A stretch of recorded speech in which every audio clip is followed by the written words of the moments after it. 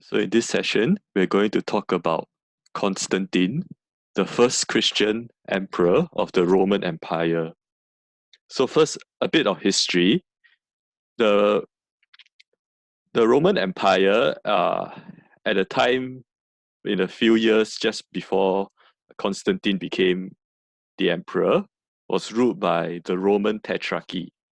So it was a system of ruling the empire under four emperors. So in each half of East and West, there was an Augustus who is the emperor, and each Augustus would be assisted by a junior emperor called a Caesar. And after the Augustus would leave the office, each Caesar would succeed his Augustus. So in the West, at some point in time, there was Maximian and as Augustus, and Caesar was this Constantius. This Constantius is the father of Constantine. In the east, the Augustus was Diocletian and the Caesar was Galerius. You may recall having seen these names before in the session on persecution. Indeed, they are the ones who persecuted the Christians in the most bloody persecution of ancient Rome in the Great Persecution. Okay, so what happened next? Diocletian and Maximian, the Augusti in the east and west, abdicated, right? And Galerius and Constantius were raised to the rank of Augustus. Okay, but Constantius Caesar was someone else, so that a new Caesar would come in to assist Augustus, the new Augustus Constantius. The new Caesar wasn't Constantine, but after Constantius's death, Constantine, who is very popular among his father's troops, was proclaimed Augustus. And then Maxentius, the son of Maximian, also wants to make a claim to Augustus, and he defeated and killed the original Constantius's Caesar, who was supposed to succeed. Right? And so there's this power struggle with Constantine and Maxentius, and then after that Maximian also, who was still alive, all claiming to be Augustus. And Galerius and the retired Diocletian came and tried to resolve this power struggle, and they tried to appoint yet another person who was junior to all of them, called Licinius as the Augustus in the West, but they would have none of it, and so the efforts to resolve this power struggle failed. And after some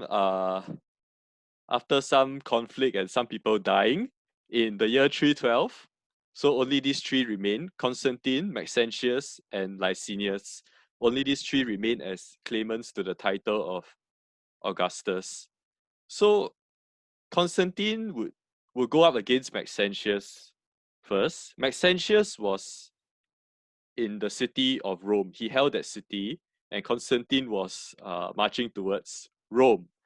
But for some reason, Maxentius chose to come out and meet Constantine in open battle at the place called Milvian Bridge, rather than hold a siege, even though he had done that successfully before. So for some reason, inconceivable reason, he chose to come out.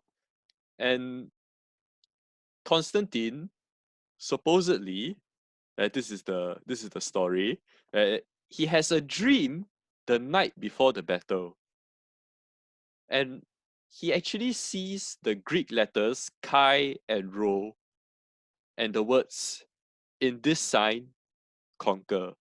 So if you know your Greek, you would know that Chi and Rho are the first two letters of the Greek word Christos, which means Christ. And Constantine had up to this point been a sun worshipper. That means he worshipped the sun god, S-U-N, not S-O-N. Yeah. And even though his father Constantius was actually more tolerant of Christianity. Right? But up to that point, he wasn't a Christian.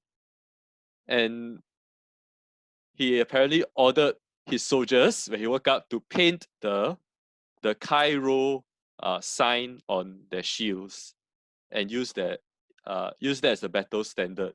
So here are some pictures. So if you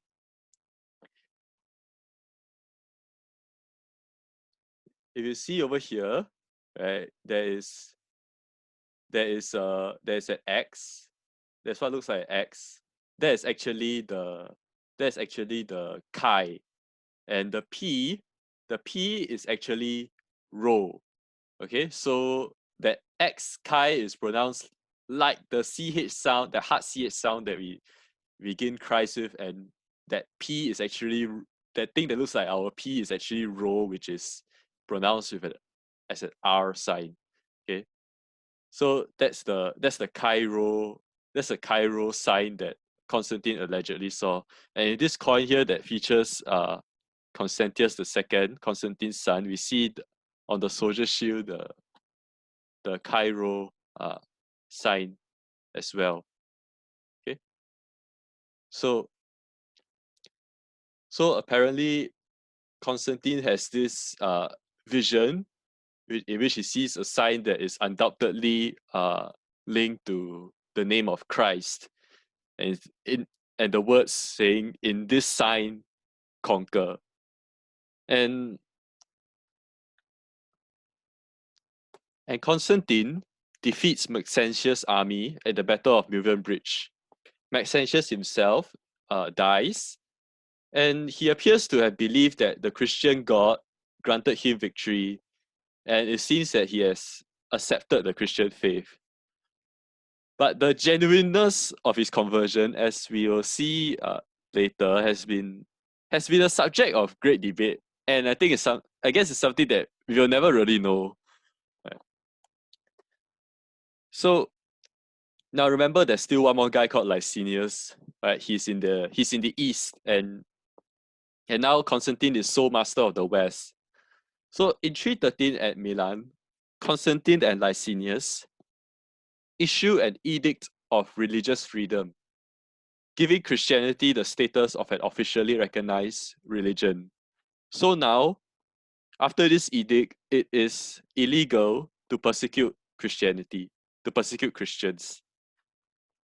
But in 320, however, Licinius begins to violently persecute Christians in the east, putting to death bishops and presbyters. And maybe in response to that, or maybe using that as a pretext, Constantine invades the east and defeats Licinius in 324. And Constantine becomes the sole emperor of the entire Roman Empire. And with Constantine's rule began a period of increasing favor towards the church from the state. Right? And one of the things that he did was that he made Sunday an official day of rest. Now, before that, the slaves, right, they had to work on Sunday, but if they were Christian, how did they worship?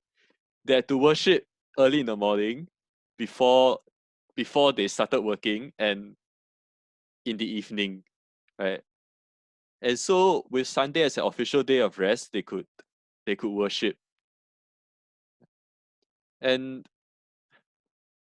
more of the population started becoming Christian with the favor to the church from the state becoming more and more. Christians began to take up political office. Right? Church buildings were built at Constantine's expense. So he sponsored the building of church property, and copies of scripture were also multiplied. Right?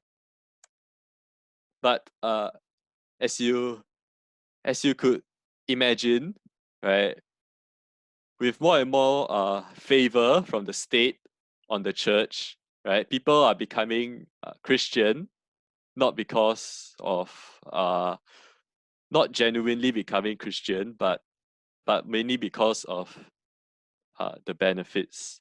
And of course, this is something that we can expect from from human nature. And and a quote which I think we can resonate with: the church became filled with the half converted, the socially ambitious, and the ill instructed. I was just listening to this church history professor who's from the south of America, the what you call the Bible Belt. And this thing is a real problem there, because it said that if you want to get ahead in business there, you have to join one of the local churches, and they have a lot of these people in the churches, nominally Christian, right, but very little commitment. And there was also, of course, religious syncretism. As increasing favor was shown to the Catholic Church by Constantine and his successors, as increasing restrictions were placed on hedonism outside the church, the population moved en masse into the church, bringing with them many of their former practices, baptized now in the name of Christ. So there's religious syncretism going on as the church becoming more and more having more and more social standing. So it's like, okay, let's go into the church. But then as they go into the church, they also bring in their former practices, and now just slap the name of Christ on top of these practices. So there's this syncretism. And also the church, namely its officers, began to seek out power and influence. And this is a quote by J.A. Wiley from the History of Protestantism. The ministers of Christ began to affect titles of dignity and to extend their authority and jurisdiction to temporal matters, forgetful that an office bestowed by God and serviceable to the highest interests of society can never fail of respect when filled by men of exemplary character, sincerely devoted to the discharge of his duties. So you could say that with Constantine, began a period of both prosperity for the church and yet also a dark side to it, with spiritual decline. Right? It is estimated that during the period of favor for the Christians, as much as 50 to 60% of the population was Christian. But how much of them were committed, genuine Christians? That isn't something that we can be too optimistic about. But one thing to note is that while this is certainly sad, as these quotes may seem to suggest, right? Not all of it. It didn't all happen like that during the time of Constantine itself. This was something that was gradual a gradual change. Okay, that where eventually the church became like that. Right?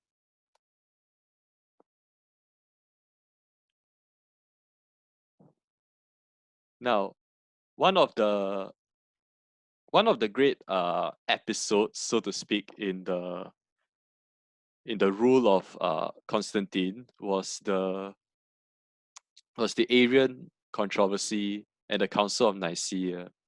Now, if you remember, the Arian controversy was the theological controversy started by uh, Arius, who began to teach that that Christ was created and uh, and not and did not have a divinity. And And Constantine was greatly troubled by the disunity in the church. And he felt, in a way, it was his duty to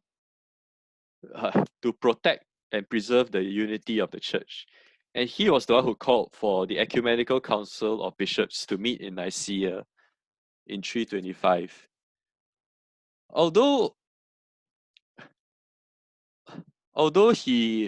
he was the one who eventually sided with the theologically orthodox party in this council, we do not know if he was really concerned about doctrinal truth, right? But it rather seemed that he was more concerned about unity of the church. We see this address by Constantine to the Council of Nicaea. In my judgment, internal strife within the Church of God is far more evil and dangerous than any kind of war or conflict. And these our differences appear to me more grievous than any outward trouble. Do not delay then, dear friends, do not delay, you ministers of God and faithful servants of Him who is our common Lord and Saviour.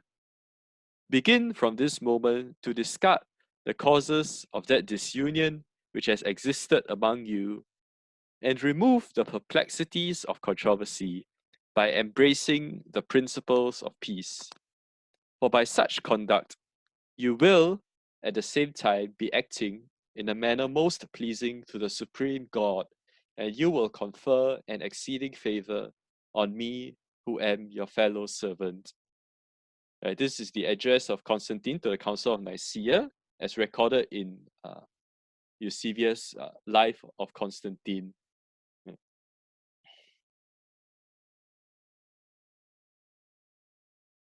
Now, like I said before, in that council itself, he eventually sided with the theologically orthodox party, and he enforced subscription to the Creed of Nicaea on pain of exile. However, later in life, he appears to be reconciled to Arians and begins to actually favor them. And when he is dying, he is baptized by an Arian bishop. So that is something that people point to and say that, I guess Constantine wasn't really serious about the faith, right? Seeing he compromised with Arianism, even appeared to favor them uh, later on in life. But uh, but in a way, that is something that could be understood from a perspective that actually a lot of Christians then aren't as theologically educated as we are today, and some of these issues and theological questions, right, maybe a bit too confusing for some of these people, including Constantine himself at that time. So that was a matter. So maybe that was just a matter of lacking in judgment.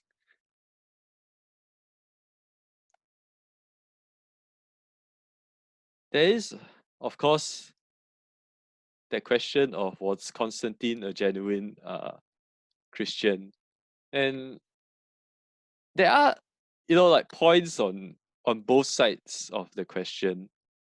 Constantine had nothing to gain politically by professing Christianity, right? When he came in to Rome, the ruling class of Rome was still devout pagan worshippers of the pagan religion. He had nothing to gain politically by his profession of Christianity, and in court also, he would even make passionate speeches about the folly of pagan idolatry and the truth of the Christian faith, And when his subjects applauded him, he would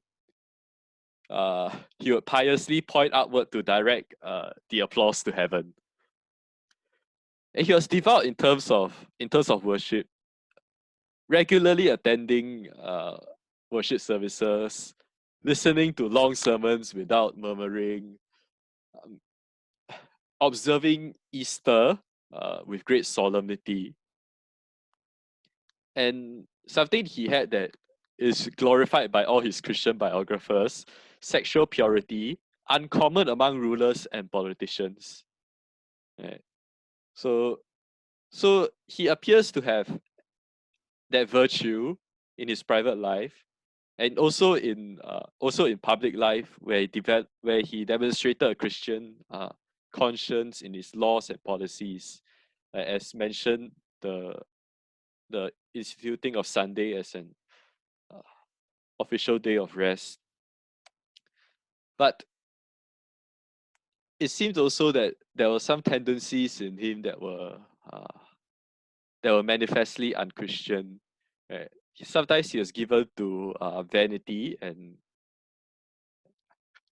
had a weakness towards flattery, and he actually ordered some killings for political purposes, and he of course demonstrated some tyrannical tendencies as he gained power.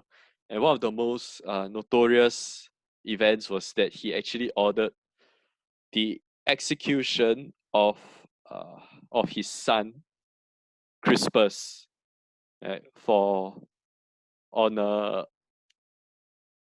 because his wife, who is Crispus' stepmother, accused him, Crispus, of trying to rape her. And so Constantine, without finding out the truth, ordered Crispus to be killed. Although some biographers say that he later repented of that. And of course, there is the problem of his later favoring Arians, particularly in being baptized by an Arian bishop. Right, but then again, as noted earlier, right, it could just be his lack of clarity on theological matters. Right. So whether Constantine was genuinely a Christian is something that we don't really is something that we don't really know for sure, right? And I think more importantly right, is to recognize his role in the history of the church. Right? Almost literally overnight, right? The church went from being Christianity went from being distrusted, disliked, persecuted. Almost overnight, they became favored. They became officially recognized and then favored by the state. And it sort of began a time of union, so to speak, of church and state, right? Which set certain precedents for things that would later happen in Christian history, right? So there's a time of prosperity for and peace for the church. Allowed them space uh, to think about issues, right? To organize themselves, right? But with it brought also the problems of many nominal Christians, of uh, of the ministers of Christ being distracted by worldly affairs, right? And thinking of having power and influence over temporal matters and interfering in affairs of the state as well. So that's all I have for you for the history of Constantine, the first Christian emperor.